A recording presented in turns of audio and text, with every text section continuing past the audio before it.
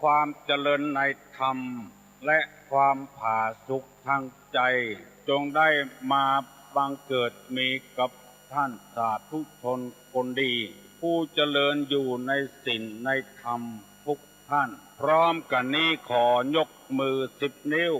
กราบอาราธนาเอาคุณพระศรีรัตนตรัยคุณพ่อคุณแม่ผู้ให้กำเนิดเกิดมาเป็นคนคุณครูบาอาจารย์ผู้ประสิทธิ์ประสาทวิชาความรู้จนสามารถประกอบอาชีพดำเนินไปได้ความสะดวกสบายบุญศีลบุญทานที่ได้กับตำปั้มเปงในอดีตและกำลังจะทำเวลานี้เสื้อวัดเสื้อวาเสื้อบ้านเสื้อเมืองพระสยามเทวาธิราชสิ่งศักดิ์สิทธิ์ทั้งหลายอันมีพระบรมธาตุเจ้าดอยสุเทพและครูบาเจ้าศรีวิชัยนักบุญแห่งล้านนาไทยเป็นต้นขอกราบอาราธนาและเชิญชวนมาปกปักรักษาพ่อแม่ลูกหลานเหลนวงศาคณาญาติทั้งสายโลหิตตั้งพ่อตั้งแม่และญาติธรรมทั้งหลายพ่อนานพ่อน้อยพ่ออุ้ยแม่อุ้ยพี่ป้านาอาข้าราชการทหารตำรวจทั้งที่อยู่ในบ้านในเมืองและรักษาประเทศชาติตามเขตชายแดนตลอดถึงพ่อค้าพาณิชย์ครูบาอาจารย์คนทำให้ทำสวนคนทำมาค้าขายทุกคนที่ฟังรายการเมื่อเจ้าวันนี้ขอท่านทั้งหลายมีความสุขกายสุขใจหิมาก้าขึ้นมีโชคมีลาภเหมือนกันกู้หัวตัวคนนานแสนนานได้เทินก่อนที่จะได้นำรายการนี้ออกไปขอเชิญชวนมวลท่านทั้งหลายได้ประนมมือขึ้นไหว้พระเพื่อให้เกิดความเป็นสิริมงคลกับตัวกับครอบครัวกับธุรกิจการงานการเดินทางและการขับรถขับลาบ่ให้มีอุบัติเหตุอุบัติภัยเนี่ยเกิดขึ้นกับท่านทั้งหลายประนมมือขึ้นเน้อว่าตัวเน้ออะระหังสัมมาสัมพุทโธภะคะวาพุทธังภะคะวันตังอภิวาเทมิกราบสวากขาโตภะคะวะตาธัมโมธัมมังนะมัสสามิกราบสุปฏิปันโนภะคะวะโตสาวกสังโฆ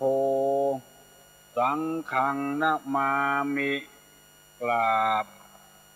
หันธรรมยังพุทธัสสะภะคะวะโตปุพพะภะคะนะมะกะลังกะโลมาเสนะโมตัสสะภะคะวะโตอะระหะโตสัมมาสัมพุทธัสสะนะโมตัสสะภะคะวะโตอะระหะโตสัมมาสัมพุทธัสสะนะโมตัสสะภะคะวะโตอะระหะโตสัมมาสัมพุทธัสสะพุทธังสรณังกัจฉามิธัมมังสรณังกัจฉามิสังฆังสรณังกัจฉามิตุติยัมปิพุทธังสรณังกัจฉามิ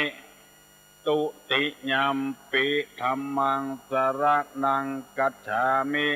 ตุติยัมปิสังฆังสรณังกัจฉามิตติยัมปิพุทธังสรณังกัจฉามิตติยัมปิธัมมังสรณังกัจฉามิต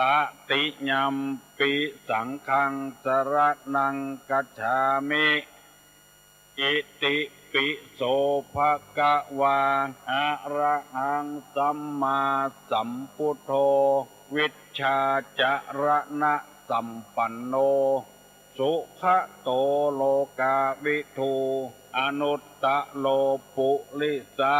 ธรรมสารถิสัทธาเตวะมนุษย์สานังพุทโธภควาติ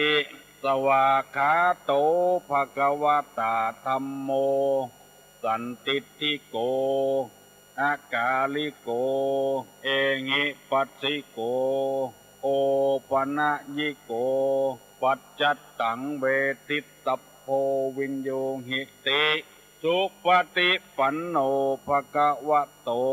สาวกสังโฆอุจุปฏิปันโนภะคะวะโตสาวกสังโฆ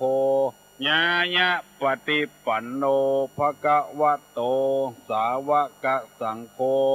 สามิจิปฏิปันโนภะคะวะโตสาวกสังโฆญะติตังจัตตาลิปุริสายุคานิ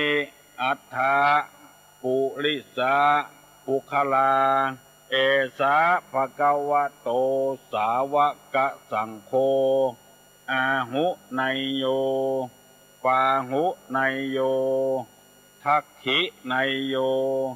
อัญจลีกาลนิโยอนุตตรังปุญญเขตังโลกัสสติกราบหนึ่งกราบสองกราบสาม